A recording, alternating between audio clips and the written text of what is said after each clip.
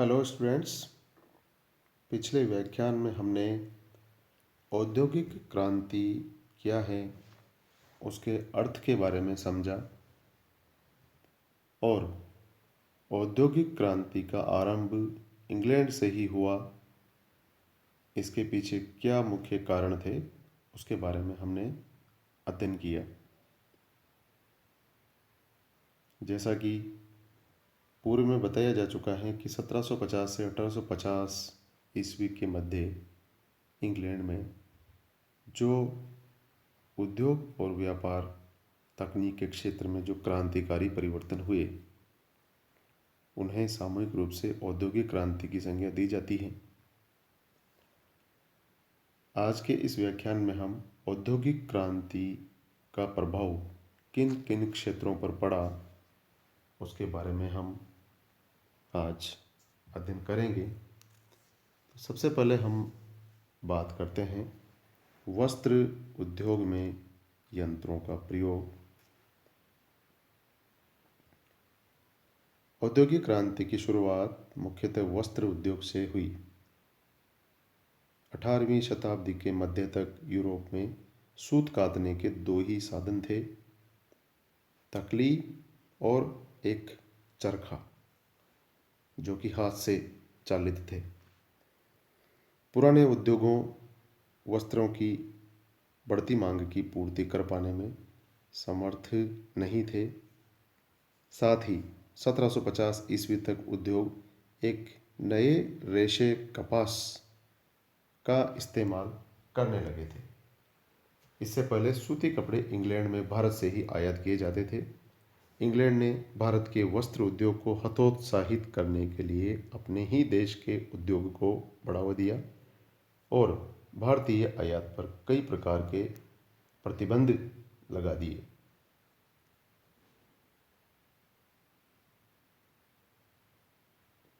इसमें संदेह नहीं कि सूती वस्त्र उद्योग में मानवीय श्रम के स्थान पर मशीनों को उत्पादन के लिए इस्तेमाल करने से अनंत संभावनाएं तथा अवसर सामने आए।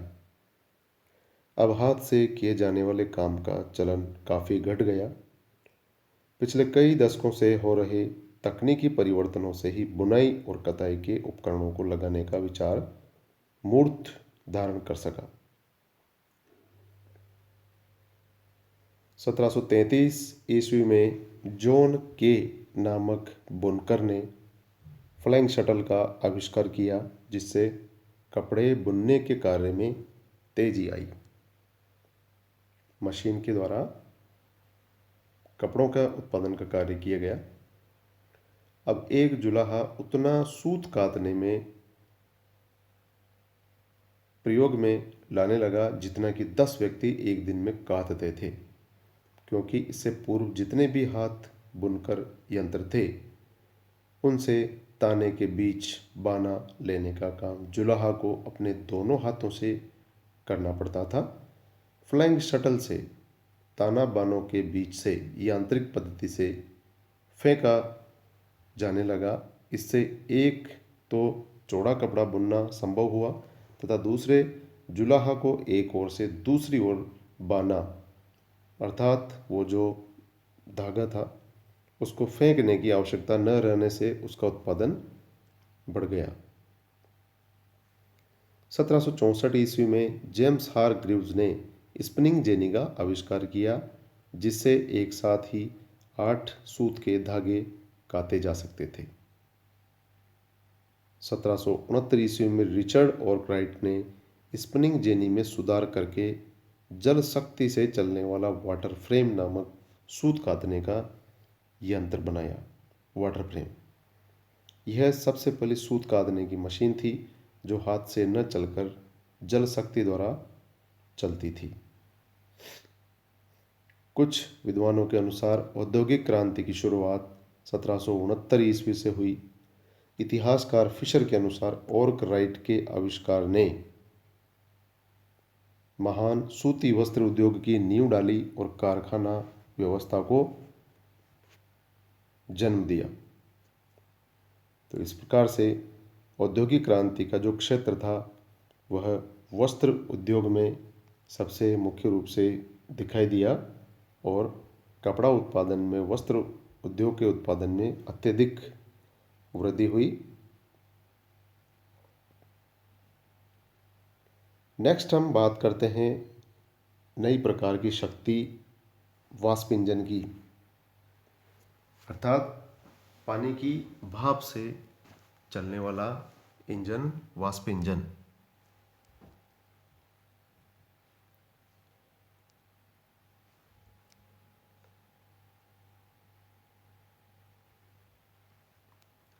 जल शक्ति का उपयोग करने के लिए कारखानों का निर्माण तेज बहने वाली पानी की धारा के समीप करना पड़ता था।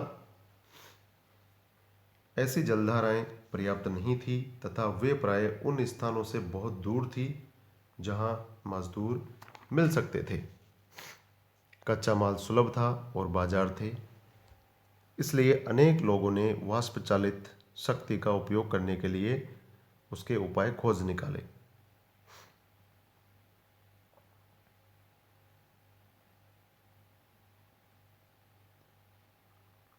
सर्वप्रथम 1712 ईस्वी में टॉमसन न्यूकोमेन नामक एक अंग्रेज ने खानों से पानी को बाहर निकालने के लिए वाष्प इंजन का आविष्कार किया, परंतु इस इंजन में ईंधन का खर्चा अधिक था तथा यह इतना भारी था कि सब स्थानों पर इसका प्रयोग संभव नहीं था।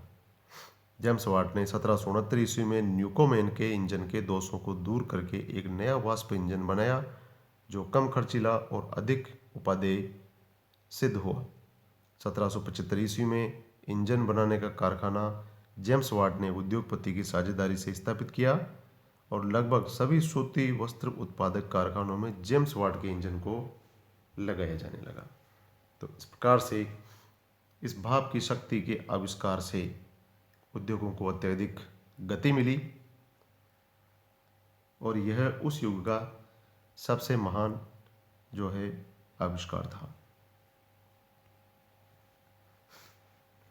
आगे हम बात करते हैं लौह उद्योग में नई तकनीक के प्रयोग की।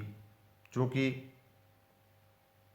नई नई मशीनें बनाने के लिए अधिक लोहे की आवश्यकता अनुभव की जाने लगी, लेकिन कच्चे लोहे को पिघलाकर उसके मेल को साफ करने का ढंग पुराना, श्रम साध्य एवं महंगा था। लोहे को पिघलाने के लिए इंग्लैंड में लकड़ी का कोयला काम में लाया जाता था, किंतु कुछ वर्षों बाद लकड़ी के कोयले में तेजी से कमी आने लगी, अतः ईंधन के अन्य साधनों की खोज की जाने लगी। 1750 ईस्वी के आसपास यह पता लगा कि पत्थर के कोयले से बना कोक प्रयुक्त किया जा सकता है। इस कार्य का श्रेय अब्राहम डर्बी तथा जॉन रोबक को जाता है।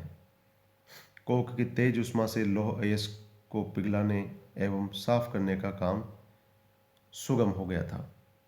1784 ईस्वी में हेनरी कोट ने एक ऐसी विधि का आविष्कार किया जिसके द्वारा अधिक शुद्ध और अच्छा लोहा बनाना संभव हो गया। इससे लोह उत्पादन के क्षेत्र में क्रांतिकारी परिवर्तन हुए और उत्तम किस्म के लोहे से कई प्रकार की नवीन मशीनें बनाने में आसानी हो गई। तो इस प्रकार से लौह उद्योग में नई तकनीक के प्रयोग से उत्पादन को बढ़ावा मिला। अगला जो मुख्य बिंदु है वह है नवीन तकनीकी के प्रयोग से सड़क एवं नहर निर्माण। वस्त्र उद्योग एवं लौह उद्योग में जो क्रांतिकारी परिवर्तन हुए उनका प्रभाव परिवहन के क्षेत्र में परिलक्षित होने लगा। बढ़ते हुए व्यापार एवं उद्योग के कारण परिवहन के साधनों में भी आवश्यक सुधार होने लगे। स्कॉटलैंडवासी मकाडम ने सड़क निर्माण का नया तरीका खोज निकाला। उसने सड़क के निचले भाग में भारी पत्थरों की परत, उसके बाद छोटे पत्थरों की परत और उसके बाद फिर मिट्टी की एक तारकोल की परत जमाई। मकाडम की ये सड़कें अधिक टिकाऊ और उपयोगी सिद्ध हुई। इनकी प्रसिद्धि केवल इंग्लैंड में ही नहीं अपितु कनाडा एवं संयुक्त राज्य अमेरिका में भी हुई, जहां इन्हें बनाया गया। 1869 ईस्वी में फ्रांसीसी इंजीनियर फर्दिनांद द लेसेप ने स्वेज नहर, जो भूमध्य सागर एवं लाल सागर को मिलाती हैं, इसका निर्माण कार्य पूरा कराया। इस नहर के बन जाने से यूरोप और भारत के बीच की दूरी लगभग 1/3 कम हो गई। आगे हम बात करते हैं परिवहन के क्षेत्र में नवीन आविष्कारों की।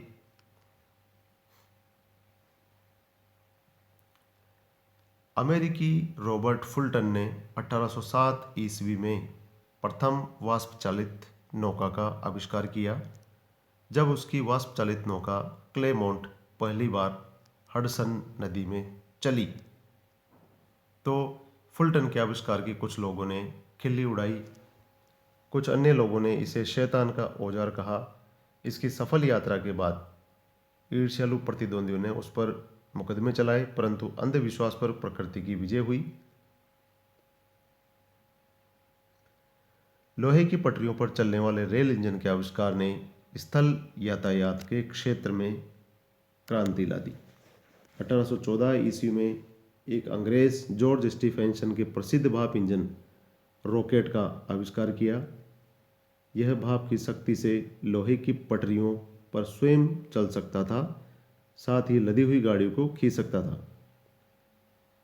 इस आविष्कार के फलस्वरूप मैनचेस्टर और लिवरपूल के बीच 1830 ईस्वी में प्रथम रेलगाड़ी चली।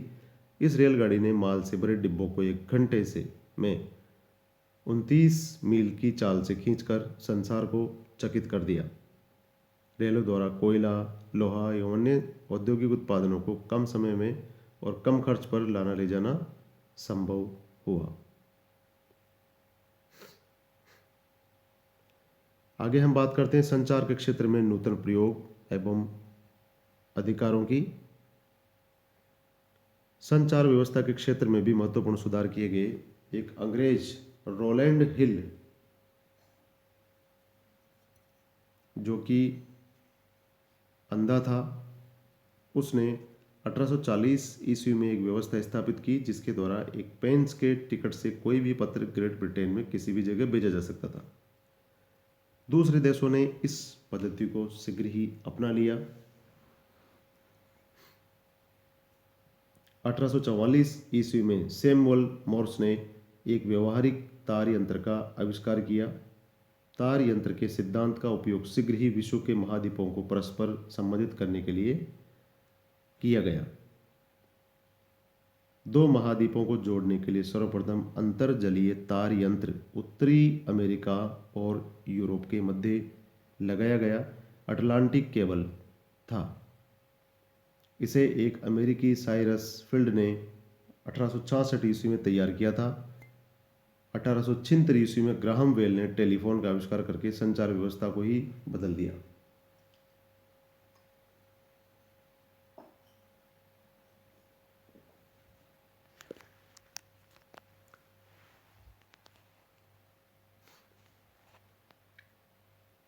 उन्नीसवीं शताब्दी के प्रारंभ में विज्ञान और औद्योगिक प्रगति के बीच निकट का संबंध स्थापित हो गया।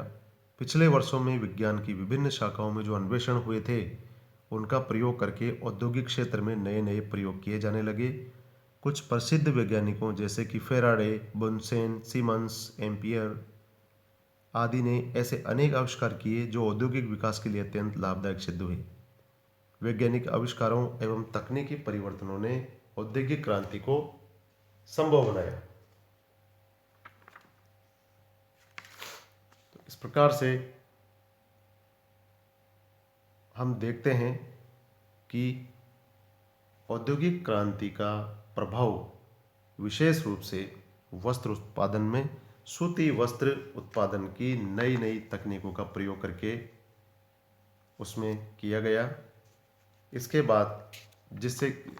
बाद वाष्प इंजन के आविष्कार से इसको उद्योगों को गति देने के लिए इसको हर उत्पादन फैक्ट्री में जेम्स वाट के जो भाप का इंजन था उसका प्रयोग किया गया।